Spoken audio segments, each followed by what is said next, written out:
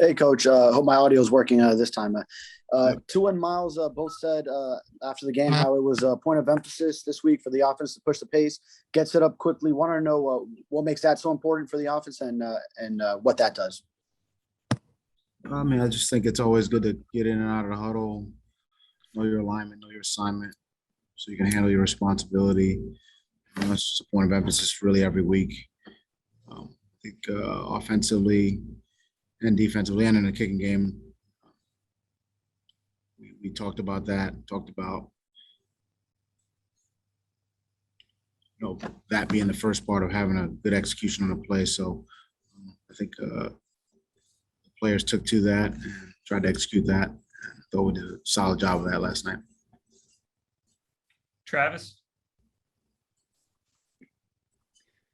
Hey, Coach. This preseason, you guys have been able to get a lot of work for some guys who I think will play a lot of ball this season. I was just curious how you balance getting enough tape for you and your staff to evaluate versus putting, too much out there for regular season opponents. I think we try to practice the things that we think we'll end up using and working throughout the season. I mean, that's a variety of things, but they're mostly based on those fundamentals and techniques at guys' different positions, schemes and core concepts that will run offensively, defensively, and in the kicking game. And then I think throughout the season, what you end up doing is running those core concepts, and they just look a little different. Just dress them up a little differently. So that's what you're going to see in the preseason: core concepts, really from every team. We're no different, and I think how you dress those things up, throughout the season. I think every team does that in some way, whether it's with shifts or motions or whatever they feel is best for them, and we'll do the same. Let's try Daniel again. Still don't have you. Try clicking the caret next to the mute button and adjusting your audio settings. We'll go to Hal. So much was going right last night for the team. I wonder if the game in Cincinnati might be more of an opportunity to look at guys who might be on the bubble before final roster cuts. What are your thoughts on that? I think we're still kind of going through last night's film. Haven't really thought about what we're going to do next week, who's going to play, how much. We'll meet about that a little bit tonight. Probably formulate a plan on that throughout the week. So, but playing in those games are important, and the guys who are on the bubble or close, those guys will play. How much, it's just we haven't gotten to that yet, Al. Jose? Thank you, Coach. I have a two-part question for you. Obviously, Dorval got his opportunity last night, and I want to know your thoughts on his performance late in the game. And also, I wanted to ask you, as a coach, how satisfying is it to see a player that has been working for 4 years finally being able to compete at this level after everything that he went through? Thank you. Or Dorval, he's worked extremely hard for his opportunity, the opportunity to play last night. And I thought he played well. I thought he went in, knew what he had to do, knew who he had to blocked him, played with great energy. He's always plays with passion and energy. I'm proud of him. I'm proud of all the work he's put in. I remember when he first got here, and football was new to him, and he's really grown and done a nice job of learning the system, learning a new position. He's a great teammate, practices hard, and he's a tough kid, and I was always happy to see him get in there, and expect to see him get in there a little bit more next week. Steve? Hi, Brian.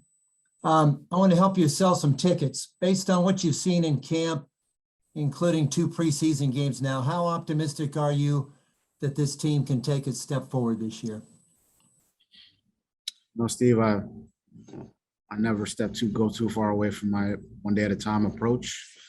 I'm not going to do that. I'm not going to change that now. It's kind of been the way I've gone about things my entire life. So I think I'm focused on today, trying to get better today, trying to improve today. That's my message to the team. And I think as long as we take that approach, and we'll give ourselves an opportunity to improve, get better, and let the results take care of themselves. David? Hey, Coach, while you may be undecided on who you'll play, how much they'll play, even if you end up resting guys, if Parker, Fuller, Wilson, maybe Preston Williams can go, how much would you value them getting their first preseason reps versus just assuring you don't put them at risk before week 1? It's always good to get reps. It's always good to get some game action. And, those guys are working to get back as soon as they can. And we'll see what practice looks like this week. They can string together a couple of good days of practice, and we'll talk about them playing in the game. But, as of right now, those guys, they're just working to get back as quickly as they can. Joe? Hey, Flo, good afternoon. Eichenberg got a lot of playing time last night. After reviewing the film, what are some things you noticed? So he did some good things, some things he can improve on. He's been was moved around, played a few different positions. Last night he was a tackle, so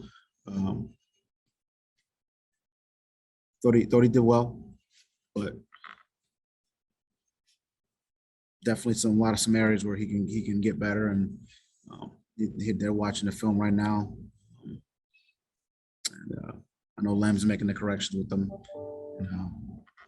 He's a hardworking kid, so he'll work hard to make the corrections and hopefully get another opportunity to improve during this week in practice, and we'll see what next week looks like. David, WPLG? Hey, Coach, how you doing? It seemed Tua's decision-making yesterday seemed much faster than it was last year. Sort of the reads were kind of quicker. Is that something that just comes with more game reps? How do you continue to grow a guy in year 2 to make good, fast decisions? I think reps is a part of it. I think studying the game film is a part of it. I think practice reps is a part of that. I think Tua's put a lot of time and energy into his craft, and making good decisions and quick decisions.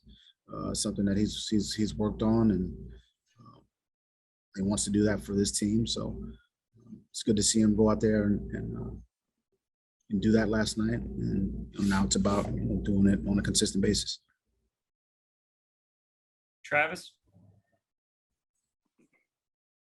Hey, Coach, just 2 penalties in the game last night. I was curious to ask you how much pride you and your staff take in the fact that you can play so many guys with different lineup changes and only commit 2 penalties in the entire night. Hope you're not jinxing us there, Travis. Yeah, we talk about trying to play penalty free. We spend a lot of time on it. We don't want to go backwards. We want to go forwards with the ball. We don't want to give up yardage with penalties defensively or in the kicking game. So try to play within the rules, but play aggressive and physical and with poise. Hopefully we can continue to do that. Penalties happen, but we try to limit them as much as we can. Cam? Hey, Flo, what's up? I know that you've done a lot in the scouting realm. I'm curious how much you can look into other teams, whether it's the Falcons or other teams, as you get towards roster cut at this point in the offseason. I really let Chris and his staff handle that. My focus is on this team and coaching the players on this team. I think that when you get a joint practices like we had last week, and you get to watch all the practice film, a couple guys catch your eye, but for the most part, I let Chris and his staff handle that.